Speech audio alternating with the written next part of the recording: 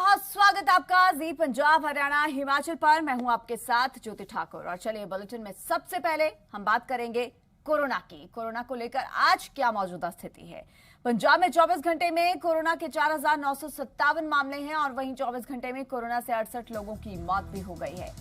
वहीं बात कर ली जाए अगर सक्रिय मरीजों की तो यह संख्या 34,190 है। वहीं मोहाली में 24 घंटे में 880 मामले सामने आए हैं। पंजाब की कोरोना रिपोर्ट आपको बता रहे हैं 24 घंटे के अंदर 68 लोगों ने अपनी जान गंवाई है और सक्रिय मरीजों की संख्या भी 34,000 से पार है। 34,190 कुल एक्टिव मरीज कोरोना के।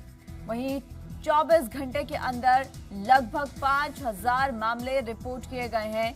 4,957 ये मामले 24 घंटे के अंदर पंजाब के अलग अलग जिलों अलग अलग क्षेत्रों से रिपोर्ट किए गए हैं। कोरोना की बढ़ती रफ्तार का ये आंकड़ा भी दिनों दिन बढ़ रहा है। तो पंजाब में कोरोना की सेकेंड वेव आने के बाद पिछले 24 घंटे में सबसे ज्यादा मामले दर्ज किए गए और एक दिन में 4,957 मामले सामने आए हैं। पंजाब के मुख्यमंत्री कैप्टन अमरिंदर सिंह ने दोपहर 2:30 बजे कोविड के हालात को लेकर समीक्षा बैठक बुलाई है।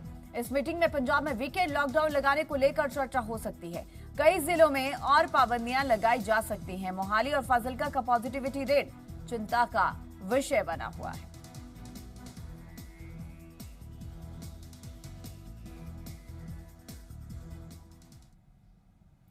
और बात करें मोहाली की तो यहां कोविड गाइडलाइंस के उल्लंघन के चलते 9 लोगों की गिरफ्तारी। जी हां, एक होटल में नाइट कर्फ्यू के दौरान रूफटॉप पार्टी की गई, जिसके चलते होटल मालिक के खिलाफ भी एफआईआर दर्ज करके 9 लोगों को गिरफ्तार कर लिया गया है। ये जानकारी मोहाली के डीसी ने ट्वीट करके दी है और साथ ही बताया है कि कोविड गाइडलाइंस का उल्लंघन करने वालों से सख्ती से निपटा जाएगा।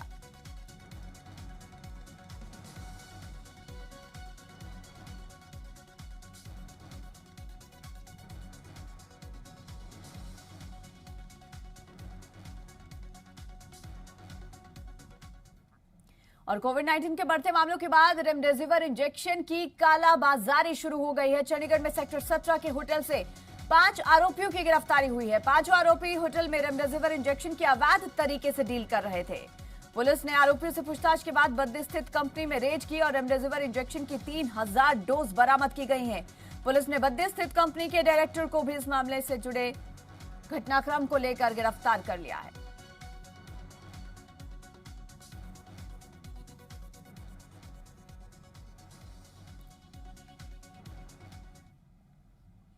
हरियाणा में 24 घंटे में कोरोना के 7,177 मामले सामने आए हैं और वहीं 24 घंटे में कोरोना से 29 लोगों की जान हरियाणा में गई है। हरियाणा में कोरोना के 42,217 सक्रिय मरीज हैं। हरियाणा की कोरोना रिपोर्ट आपको बता रहे 24 घंटे में 29 लोगों की जान चली गई। तो वहीं सक्रिय मरीजों की संख्या 42,217 बनी हुई है। वहीं कोरोना के 7,177 मामले सामने आए हैं 24 घंटे के अंदर हरियाणा में।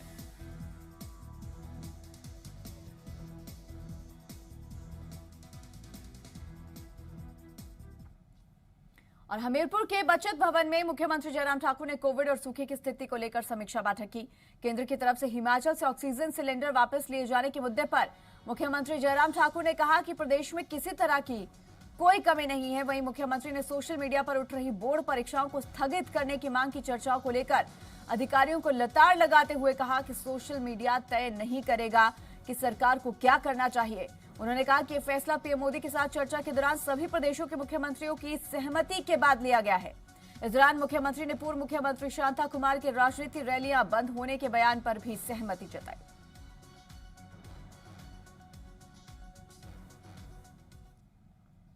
से भी हिमाचल प्रदेश में किसी भी चीज़ की शॉर्टेज नहीं है। इन सारी चीज़ों के लिए हम रिव्यू करने के लिए आए हैं। और वर्तमान में जो हिमाचल प्रदेश में ऑक्सीजन की बात है, चाहे वो पीपी किट की बात है, चाहे मास्क की बात है, सैनिटाइजर की बात है, वेंटिलेटर्स की बात है और चाहे वो बेड कैपेसिटी की बात है, तमाम सारी चीज़ें हमारे पास जो है वो उपलब्ध हैं। सोशल मीडिया तय नहीं करेगा, बड़ी स्पष्ट बात है। हमारे लिए हर आदमी का, हर बच्चे का जीवन महत्वपूर्ण है और पूरे देश भर में अधिकांश राज्यों ने जो है एग्जाम जो है पोस्टपोन किए हैं। आपको ये जानकारी होनी चाहिए, जो सोशल मीडिया में जो लिखने वाले लोग हैं, थोड़ा इस बात का भी थोड़ा सा वो जानकारी रखें, बेहतर रहेगा कि ये संक्रमण अब की बार का जो वायरस है, इसका संक्रमण जो है स्टूडेंट्स और यूथ में बहुत ज्यादा है। अच्छी बात कही है, मैं उनकी बात से सहमत हूं। हम राजनीतिक कार्यक्रम नहीं कर रहे हैं, हम ये बैठक कर रहे हैं, सरकार उसी सारी चीज के लिए कर रहे हैं। और चंडीगढ़ और आसपास के क्षेत्र से यूपी बिहार के प्रवासी अपने घरों को वापस लौटने लगे हैं। कोरोना के बढ़ते असर को देखते हुए फिर से लॉकडाउन लगने की आशंका के चलते अपने घरों को लौट रहे मजदूरों से जब पूछा गया तो सभी ने कई अलग अलग कारण बताए। कुछ लोगों का कहना है कि उनके गांव में पंचायत चुनाव है, तो किसी के घर में शादी है, तो कोई खेतों की में उगी फसल की कटाई के लिए घर वापस जा रहा है। लेकिन बड़ी संख्या में ऐसे भी लोग हैं जो कि कोरोना के मामले बढ़ने के चलते घर वापस लौट रहे हैं। ट्रेन के टिकट न मिलने पर वो प्राइवेट बसों से ही घर वापस जाने को मजबूर हैं।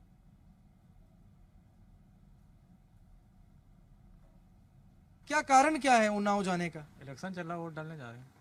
इलेक्शन चल रहे हैं, वोट पान जा रहे हो तुसी, आपका क्या कारण है? सर लॉकडाउन लग गया, अभी दिक्कत हो जाएगी।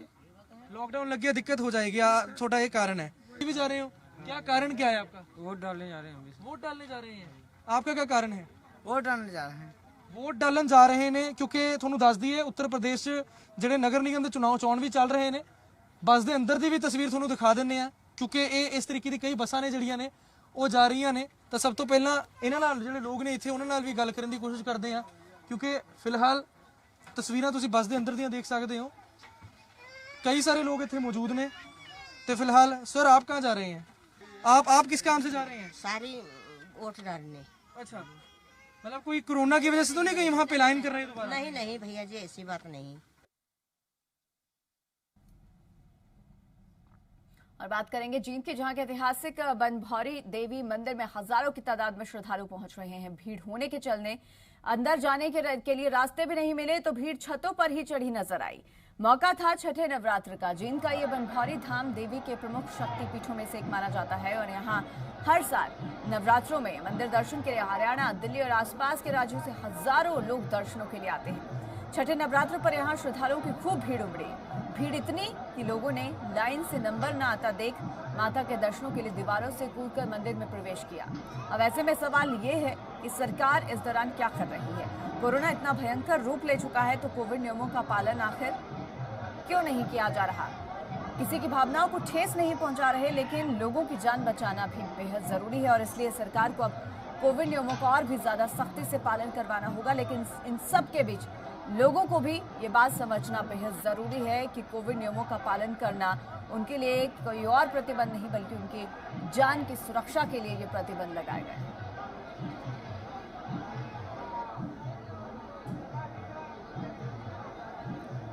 जींद के बनभौरी देवी मंदिर की तस्वीरें, जहां पर आप देख सकते हैं कि छठे नवरात्र के मौके पर यहां किस कदर भीड़ उमड़ी।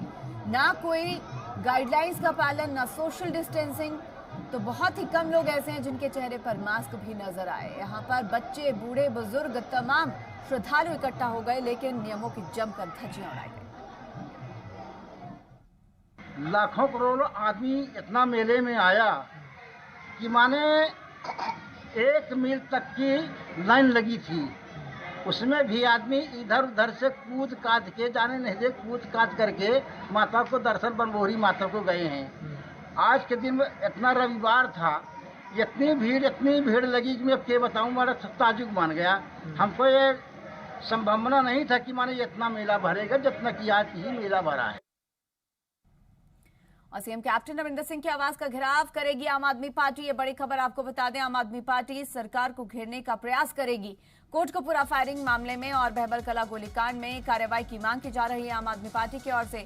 और ऐसे में दोपहर 12 बजे आम आदमी पार्टी घेराव करेगी। पंजाब सरकार के खिलाफ आम आदमी पार्टी का ये प्रदर्शन चंडीगढ़ में आम आदमी पार्टी की ओर से प्रदर्शन किया जाएगा। आपको बता दें कि कोटकपुरा गोलीकांड और बहबल कला गोलीकांड मामले को लेकर लगातार आम आदमी पार्टी सरकार पर, प्रदेश सरकार पर हमलावर है और इसी कड़ी के तहत आम आदमी पार्टी की ओर से चंडीगढ़ में प्रदर्शन किया जाएगा। दोपहर 12 बजे आम आदमी पार्टी की ओर से यह घेराव किया जाएगा। पंजाब सरकार के खिलाफ आम आदमी पार्टी का प्रदर्शन, जिसमें पंजाब आम आदमी पार्टी के तमाम बड़े नेता भी मौजूद रहने वाले हैं। सीएम कैप्टन अमरिंदर सिंह के आवास का घेराव आम आदमी पार्टी की ओर से आज दोपहर 12 बजे करना है।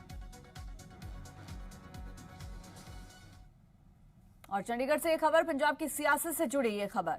शिरोमणि अकाली दल टकसाली और शिरोमणि अकाली दल डेमोक्रेटिक की मीटिंग होनी है और दोनों पार्टियों के विलय पर फैसला इस दौरान हो सकता है। सुखदेव सिंह ढींडसा ने दोनों दलों के मर्ज के होने के संकेत भी दे दिए थे और बैठक में बड़ा फैसला लिया जा सकता है। ये दोनों ही दल अब एकजुट हो जाएंगे, मर्ज हो जाएंगे। शिरोमणि अकाली दल डेमोक्रेटिक और शिरोमणि अकाली दल टकसाली की बड़ी बैठक होने जा रही है। पंजाब की सियासत से जुड़ी ये बड़ी खबर।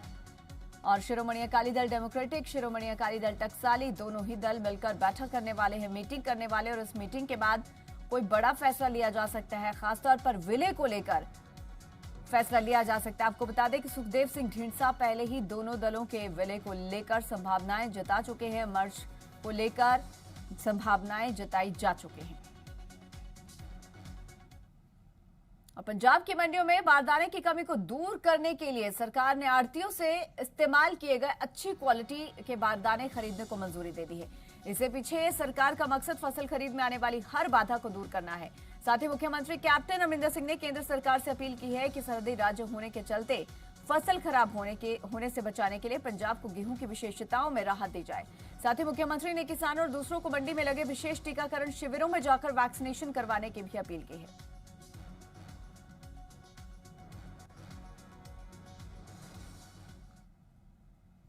और पंजाब में गेहूं की कुछ किस्में लगातार खरीदी जा रही हैं। जानकारी पंजाब के खाद्य और सिविल सप्लाई मंत्री भारत भूषण आशु की तरफ से साझा की गई है।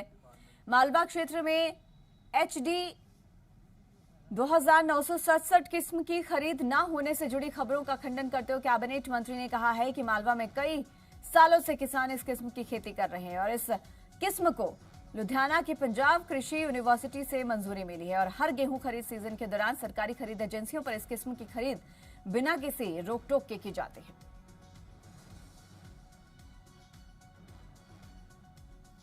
पंजाब आम आदमी पार्टी के अध्यक्ष और लोकसभा सांसद भगवंत मान ने पंजाब सरकार से मांग की है कि बेअदबी और गोलीकांड मामलों के गवाहों को सुरक्षा दी जाए।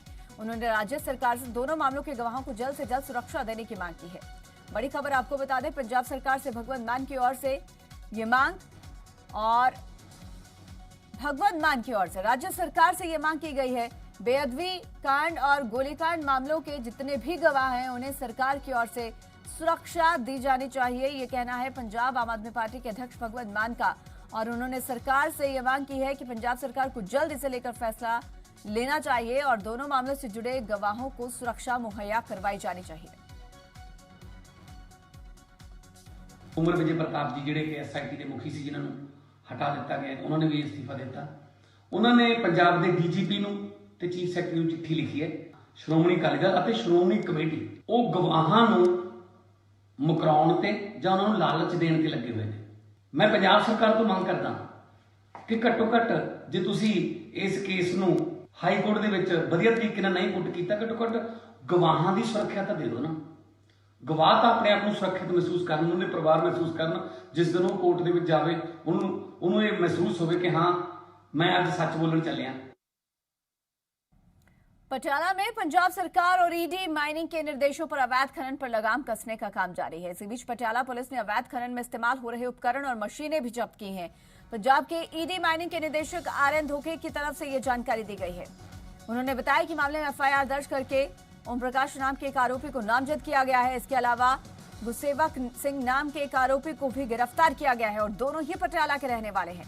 जल्द ही अवैध खनन से जुड़े हर आरोपी को गिरफ्तार किए जाने का भी दावा किया है। वहीं SSP ने कहा है कि अवैध गतिविधियां बिल्कुल बर्दाश्त नहीं की जाएंगी।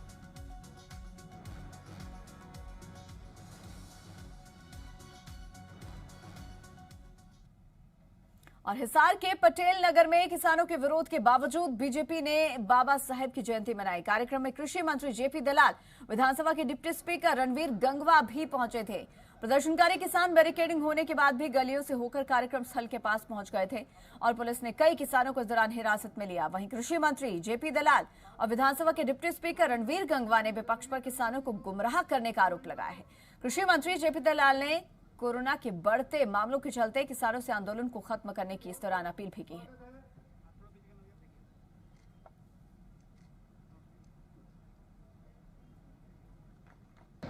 कांग्रेस के अंदर कभी बाजरा नहीं खरीदा जाता था। हमने 1000 करोड़ रुपए का नुकसान भर के बाजरा खरीदा। हमारे वक्त में सबसे ज़्यादा सरसों का भाव मिल रहा है। हमारे वक्त में सारे देश में सबसे ज़्यादा गन्ने का भाव मिल रहा है। एक हफ्ते की परचेज में 50 लाख मीट्रिक टन गेहूं आ गया है और धान की परचेज में कहीं कोई दिक्कत नहीं है। मंडियों का हम विस्तार कर रहे हैं। भ्रम फैलाकर विपक्ष की वो अपनी गुमराह करके राजनीति करना चाहते हैं। अब विरोध जताना तो हर किसी का अधिकार है, लेकिन जिस तरीके से जताया जा रहा है ये मैं समझता हूं कि जहां जो हमारे जो भोले भाले किसान हैं उनको भ्रमित करने का काम करें, वहीं कुछ जो राजनीतिक लोग हैं अपने राजनीतिक रोटियां सेकने का जो प्रयास कर रहे हैं। और इनेलो नेता अभय चौटाला ने डिप्टी सीएम दुष्यंत चौटाला पर हल्ला बोला है। उन्होंने जेजेपी में गुटबाजी को लेकर भी सवाल उठाए। उन्होंने कहा कि दुष्यंत चौटाला इशारों में देवेंद्र बबली को मंत्री बनाना चाहते हैं, लेकिन सच्चाई ये है कि वो अपने भाई दिग्विजय चौटाला को मंत्री बनाने की फिराक में हैं। इनेलो नेता अभय चौटाला ने यह भी कहा कि अगर दुष्यंत चौटाला ने दिग्विजय चौटाला को मंत्री नहीं बनाया तो दिग्विजय चौटाला जेजेपी का खेल बिगाड़ देंगे। अभय चौटाला ने कहा कि दुष्यंत चौटाला दिग्विजय को मंत्री बनाने के बाद एलनाबाद सीट से उपचुनाव लड़वाएंगे। अभय चौटाला ने दिग्विजय चौटाला को एलनाबाद सीट से उपचुनाव लड़ने की चुनौती दी है। तो वहीं उन्होंने किसानों के मसले पर दुष्यंत चौटाला को नसीहत दी और कहा कि पीएम मोदी को खत लिखने के बजाय हरियाणा सरकार से इस्तीफा दें। अगर दुष्यंत चौटाला देवीलाल परिवार के वारिस हैं तो उन्हें सरकार से इस्तीफा दे देना चाहिए। देवीलाल का झंडा लगाता है, चौधरी देवीलाल की नीतियों की बात करते हैं। अगर सही मायने में चौधरी देवीलाल की नीतियों पर चलना चाहते हैं तो फिर बजाय किसी को पत्र लिखने के रिजाइन दे देना चाहिए। रिजाइन कोई एमएलए-शिप से नहीं, इस सरकार से समर्थन वापस ले लेना चाहिए। उस बबली ने गले में अंगूठा दे करके अपने नाम की चिट्ठी बनवाई थी और वो ये कह करके गया था दुष्यंत उसको बबली को कि मैं नड्डा को दे करके आरोप दे रहा। दिया दुआ किसी का नहीं, दे तो दिग्विजय का रख है। बारी बारी ये कहते हैं कि दिग्विजय को मंत्री बना दे, फिर हम इलाहाबाद से चुनाव लड़ लेंगे। मैं चाहता हूँ ये बात कि दिग्विजय को मंत्री बनाया जाए जरूर, और बना करके यहाँ से चुनाव लड़ाया जाए, ताकि ऐन अच्छी तरह से इस बात का लोग फैसला करते हैं कि ये चौधरी देवीलाल की नीतियों पे कितना चलने वाले लोग हैं। दिग्विजय को बनाना चाहता है मंत्री, ये किसी और को नहीं बनाना चाहता। दिग्विजय तो इसलिए बनाना चाहता है कि अगर दिग्विजय को मंत्री नहीं बनाया तो दिग्विजय ही खेल खिंडा देगा इनका सारा।